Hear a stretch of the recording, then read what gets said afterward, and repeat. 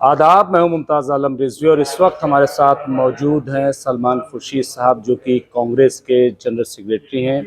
मैं उनसे बात करूंगा, ये जो नतीजे आए हैं इसके सिलसिले में 400 पार का नारा दिया था जिस तरीके से बीजेपी ने, लेकिन 300 पार भी नहीं कर पाया एनडीए। क्या कहेंगे? और बीजेपी को तो अक्सरियत ही नहीं आई। देखिए, जो नहीं हुआ वो सबके सामने है और ऐसा क्यों हुआ वो थोड़ी सी खोज में आप निकाल सकते हैं। कहीं तो आवाम ने इनकी बात को नकार दिया, जो भी इन्होंने कहा या करना चाहा उसको आवाम ने नकार दिया और इसलिए 400 था या 500 था या 400 या 200 था, वो सब इनके पास ही धरा रह गया।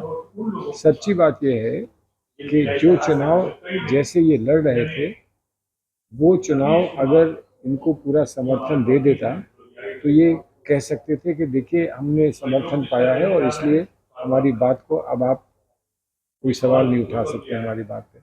ऐसा नहीं हुआ। तो अगर ऐसा नहीं हुआ तो अब ये अंदाज़ा लगाएं कि इन्होंने क्या क्या कहा था और क्या क्या नकार दिया गया है, और फिर उससे हटकर आगे कुछ कहना चाहते हैं तो आगे कुछ कहें। अगर फिर सरकार बनाते हैं तो उस सरकार को इस अंदाजे से चलाएं कि ये सारी बातें स्वीकार करते हुए कि ये सारी बातें उनको जनता को पसंद नहीं आई है। अगर ये वो नहीं समझते हैं तो मुझे लगता है कि वो कुछ नहीं समझते हैं। ये इलेक्शन है, इसके बाद फिर इलेक्शन होगा। जो अब की दफ़ा नहीं समझे हैं वो अगली दफ़ा समझ जाएंगे। सलमान खुर्शीद साहब, अब उत्तर प्रदेश कांग्रेस के प्रेसिडेंट भी रहे, उत्तर प्रदेश को चलाया भी है। उत्तर प्रदेश का जो नतीजा है, जिस तरीके से बिल्कुल आवाम ने फैसला सुनाया, कैसे देखते हैं उसको आप? देखिए, आपने अगर मेरी याद दिला दी, मेरे वक्त की याद दिला दी। हम तो 22 सीटें जीते थे जी अपने बल पे। बिल्कुल। आज जो भी सीटें आई हैं वो 2009 में। 2009 की जी जी बात कर रहा बिल्कुल हूँ। सर। आज जो भी सीटें आई हैं वो दो पार्टियों के मिली भगत से आई हैं, यानी कि हमारा वोट जब एक साथ आया है, समाजवादी का और हमारा, तब जाकर हम ये सीटें ले पाए। कोई बात नहीं, आज हालात ऐसे ही थे कि हमको मिलना ज़रूरी था। अब मैं नहीं कह सकता हूँ, अगर आप मुझसे पूछें तो मैं ये नहीं कह सकता हूँ कि अगर हमारा समझौता नहीं हुआ होता तो हमारी इतनी सीटें ना आती। हमको 7 सीटें मिली हैं, कांग्रेस को 7 सीटें मिली हैं। अगर हमने अलायंस ना किया होता तो हमें 7 आती कि हमको 17 आती, ये कहना मुश्किल है।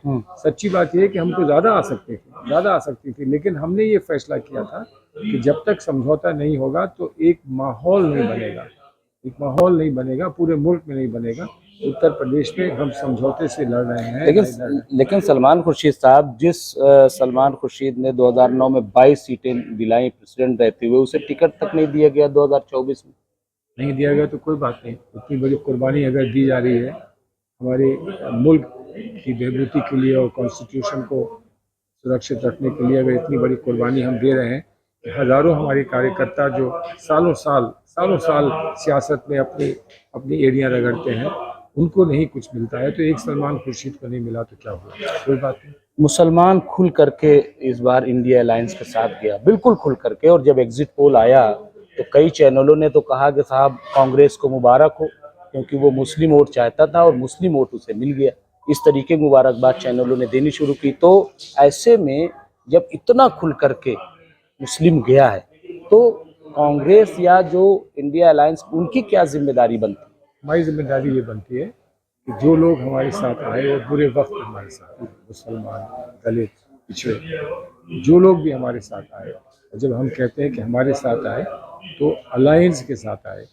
ये सही है कि उसमें कुछ लोग हमारी वजह से आए, ये भी हो सकता है कि कुछ लोग उसमें हमारे सहयोगी साथी की वजह से आए, लेकिन जो लोग भी आए अलायंस के साथ आए, उनका हक बनता है कि उनकी बात पर गौर किया जाए, उनको आगे बढ़ने का मौका दिया जाए और उनको सियासी प्लेटफॉर्म पर उन्हें अपनी आवाज़ उठाने का मौका दिया जाए। वो तभी मुमकिन है जब उनको वहाँ पर नुमाइंदगी दी जाएगी और उनको वहाँ पर पोस्टें मिलेंगी। सलमान खुर्शीद साहब, जो मुस्लिम लीडर होते हैं, तो जो मुस्लिम आवाम है वो देखती है, चाहे सलमान खुर्शीद हों, मोहम्मद अदीब हों, जो भी हैं, उनकी तरफ वो देखती है कि हमारी आवाज़ बनेंगे। लेकिन जब आवाज़ बनने की बात होती है तो उसमें सेकुलरिज्म या जो भी आप कह लीजिए वो हायल हो जाता है और फिर वो कहते हैं साहब मैं तो सबकी बात कर रहा हूँ। तो जब सबकी बात होगी तो मुसलमान की बात कौन करेगा? क्योंकि दूसरे लोग तो अछूत बना के बैठ गए हैं। जिसने अछूत बनाया है मुसलमान को, जिसने ये कहा है कि इनकी बात मत करो डर के मारे, वही। डर के मारे, जी उसको हम नकारते हैं। उस शख्स को हम नकारते हैं, हमारी पार्टी में हो या किसी और पार्टी में हो।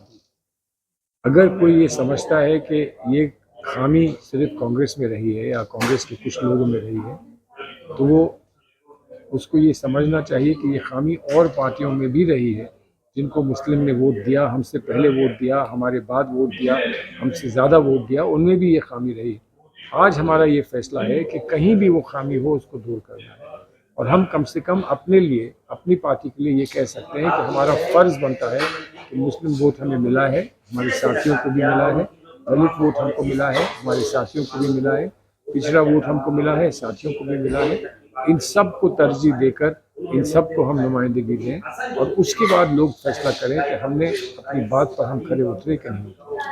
बहुत बहुत शुक्रिया। शुक्रिया साहब। तो ये थे सलमान खुर्शीद साहब, जिन्होंने कई सवालों के जवाब दिए। बहरहाल देखना ये है कि आने वाले वक्त में मुस्लिम की सियासत हो, उनके वजूद का सवाल हो, वहाँ पे कौन बोलता है, कौन उनका दिफा करता है।